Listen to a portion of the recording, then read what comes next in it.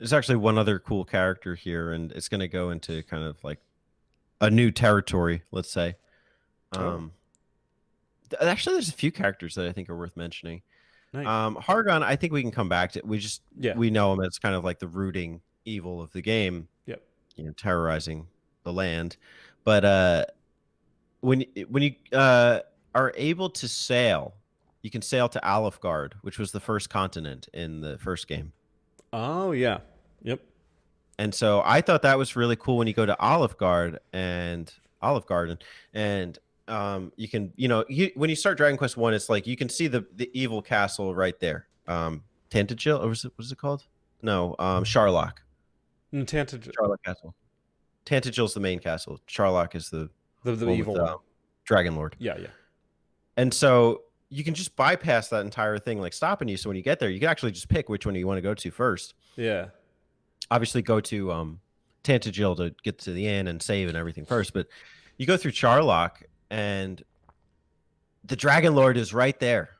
He's the same looking sprite. It's the same scene recreated, just about, like, with some minute differences. Yeah, and you're like, I'm about to fuck shit up.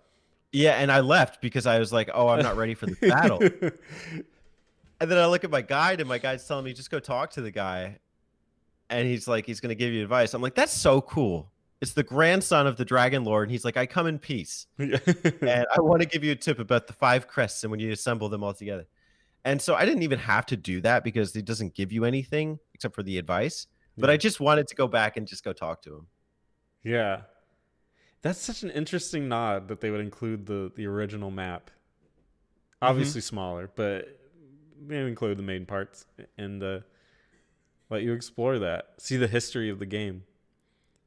Yeah. And I think it even kind of maybe there's kind of a climate change commentary here going on with half the country being flooded in 100 years. I think they were onto something. Yeah. You said you had another character? Just a couple of like the castles that you go to. There's like some interesting, like there's a king who's like indulging himself in the bunny girls, and then he challenges people to fight the saber-toothed lion. I thought that was a cool moment. Um, And so that's a good point.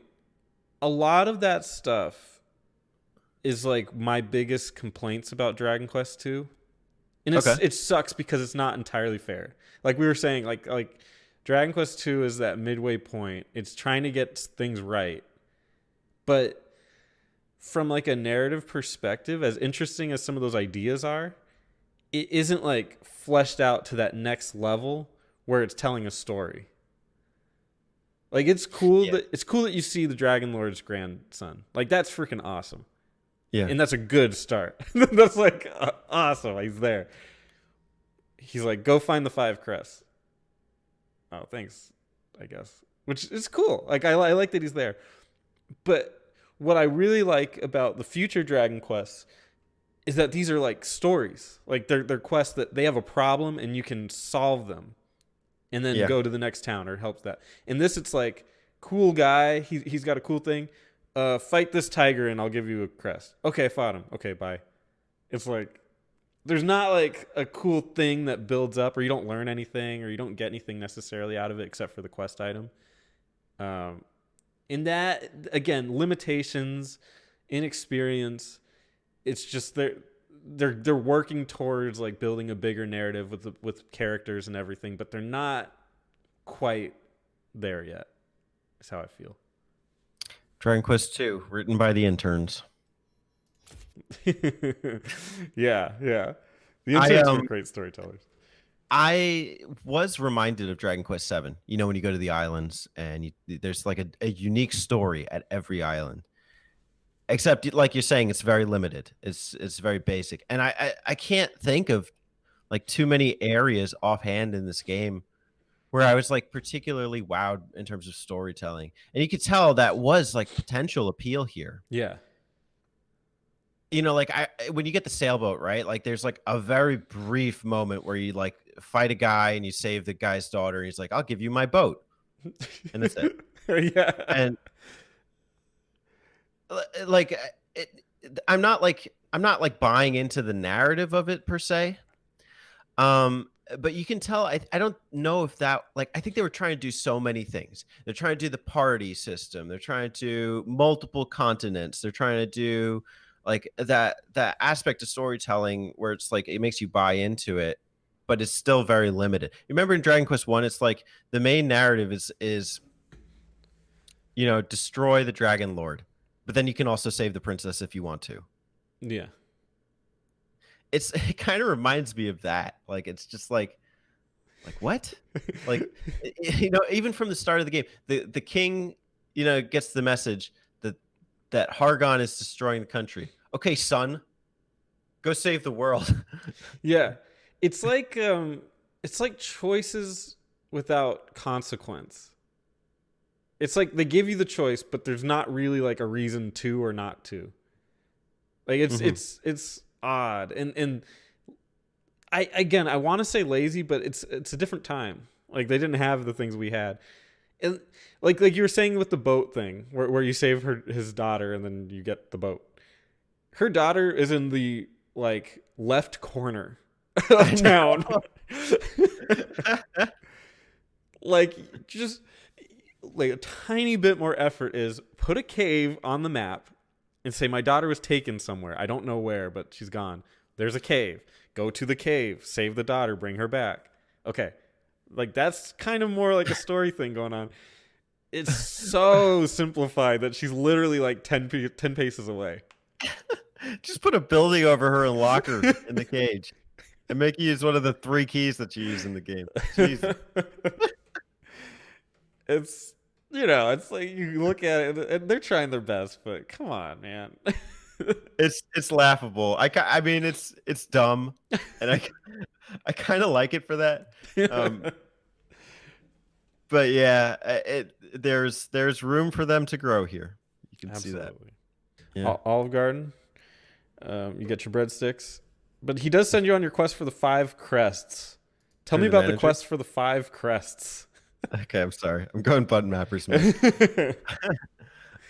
Okay. Again, okay, some of these are more self-explanatory than others. Some of them, like, there are chests, like, in the areas where it's like, okay, like, the life crest is in the cave of Roan. I got it. There's another one where it's like, in that warp panel, you have to just press A on a random tree. Yep. Isn't that the worst? There's another one you have to like, and this is based. If you have Zoom, this is great. But if you don't, like me, this was a chore. You have to go back to the town where you rescued the princess of Moonbrook from her dog form. Go in the basement, fight a couple gremlins, and then press A over a random piece of ground that one of them was sitting over. And you get the water crest. Yeah. So there's the star, the moon, the sun, the water, and the soul. And so, like, I mean, the good one. The concept is cool. It's like when you put these 5 crests together, they summon Rubis, the goddess who can help you defeat, the evil Hargon. Evil of Hargon, right? And that's in a really obscure part of the map, which is like one square block. That is a little shrine. Yeah. And it has like 5 layers of like 4 or 2x2s square segments where there's an up ladder and a down ladder. That kind of reminds me also of Metal Gear Solid, which really Metal Gear Solid should remind me of this because it's so old. But Metal Gear Solid 3 has a part where you're climbing a ladder to like a new area, and the ladder is like literally like at least a minute to 2 minutes long to climb it. And the point is to be like dramatic or whatever. But this made me feel like that. Like it's like there's no reason for there to be this many steps. Yeah. It's just like one flight. That's it. You're just supposed to think, man, this is deep down, I guess. Which they didn't have that many ways to do it, so I guess it's not bad, but it's kind of in 2020 it's very cumbersome. It's not much else but that. Yeah. Yeah. So yeah, the star one is the lighthouse one where we talked about, which we liked. That was a good one. Moon Sigil is kind of cool. It's the one we talked about a little bit wit where you're fighting the saber cat because the guy just wants you to fight him. Yeah. Sun Sigil's the one where it's on a tile on the outskirts of the fire shrine. You just got to click it. That makes me feel like anybody could have found that and your quest would have been over. Like some kid just popped up and just took it, which should have happened. That's what should have happened. In a good game, it would have been in like a little town area, and your guide or whatever, something would have told you it's like on a tree next to the shrine. Mm-hmm. And then you go there and there's nothing there. But there's like a town. And then some That kid fire found it. temple too. I kind of forgot about that one. The fire sea cave or whatever. Oh, with the lava. That was a hard one. If I didn't have a visual guide, I had to look up a different guide just to figure out the stair progression in that game or in that area. Oh, Crazy. well, I went through that without a guide. I kind of regret it, but it also made me like super farmed. Yeah. Like, but I went through that without a guide. I was like, I'm gonna do this without the guide. The one at the Roan one, hell no. But the that one I decided to do it, and I was there for like 3 hours, maybe more. And it is ridiculous. It was deadly because you have a spell step guard, on the Prince of Canic, which doesn't even work on the lava. Yeah, I can see that. You're taking damage as you're stepping on the lava, and there's like huge like swaths of lava patches. So you're just walking and walking, keep taking damage and damage. So by the time you even get to that battle with like in the fire shrine, your magic is down to like 20. Yeah, that's a tough one. Mm-hmm. But you know what? I'm playing Dragon Quest XI right now. Mm-hmm. And granted, I know that it gets harder later. I'm aware of that. But like the amount that it babies you is kind of pathetic. Yeah. And like I like that Dragon Quest II at least like was not holding back. It's like we're gonna give it a challenge. If I had the patience to do, like if I could just zoom to that area as opposed to like take the sailboat there every single time, I would do that again. Yeah. And not use the guide. But there is a level of tedium just in the simple exploration and using repel every 20 parsecs in the ocean when I'm sailing. Yeah. Just to get there. Yeah. So I think there is a happy medium. I do love that kind of like dungeon exploration, but yeah, I don't know. I like that they didn't pull punches. It's just there's pieces of it that don't age well. Yeah, and it becomes tedious. Yeah. Water sigil, like you said, is located in Moonahan. You got to defeat the 2 gremlins. The heroes, you must have the golden key and the jailer's key. And then the soul, the king has it, but he's in Tantagel, locked in a room. It's kind of interesting that it shows, and this is very BioWare, but they chose to not have all these like earned by combat. Like you'd expect, especially for an RPG at the time, that it's like the only way to get these is to fight the 4 or the 5 sigil gods. Yeah. And you kind of do that in a way for 2 of them, but they all kind of have a different story of how you get it, which is kind of neat. Can we talk about that too? Like how even the ones that are there where it's like the gods or whatever, they're just regular enemies. Yeah, they're not. There's no big boss. There's no mini bosses like in the first game we mentioned a few. The green dragon was one when you first fight him. The golem was another. I think there were like 2 more. This game doesn't have any until the very end. And by then, it's just too little, too late. All I thought was monsters. That's it. Just basic monsters. And granted, a lot of them are challenging, and there's new like strategy elements to the combat that are not present in the first game. Mm-hmm. So at least the combat is spruced up as it is. But that excitement is just not quite there. It's almost too much of just explore and figure it out. And not enough dramatic storytelling. Too much steak, not enough sizzle. Like the bosses, I mean, they're hard, but they also offer that flavor. Like where you are, it kind of represents that, that piece. like the golem blocking the town. Which I love that concept in the first one. That big golem just like, or golem, whatever you want to call it, just blocking the town. He's asleep. You got to play a thing. He wakes up. It's like biblical almost. Yeah. There's like a weird story, like fable there. You don't even fight a damn dragon in this game until like the end. You know, in the cave. Yeah. Cave of Roan.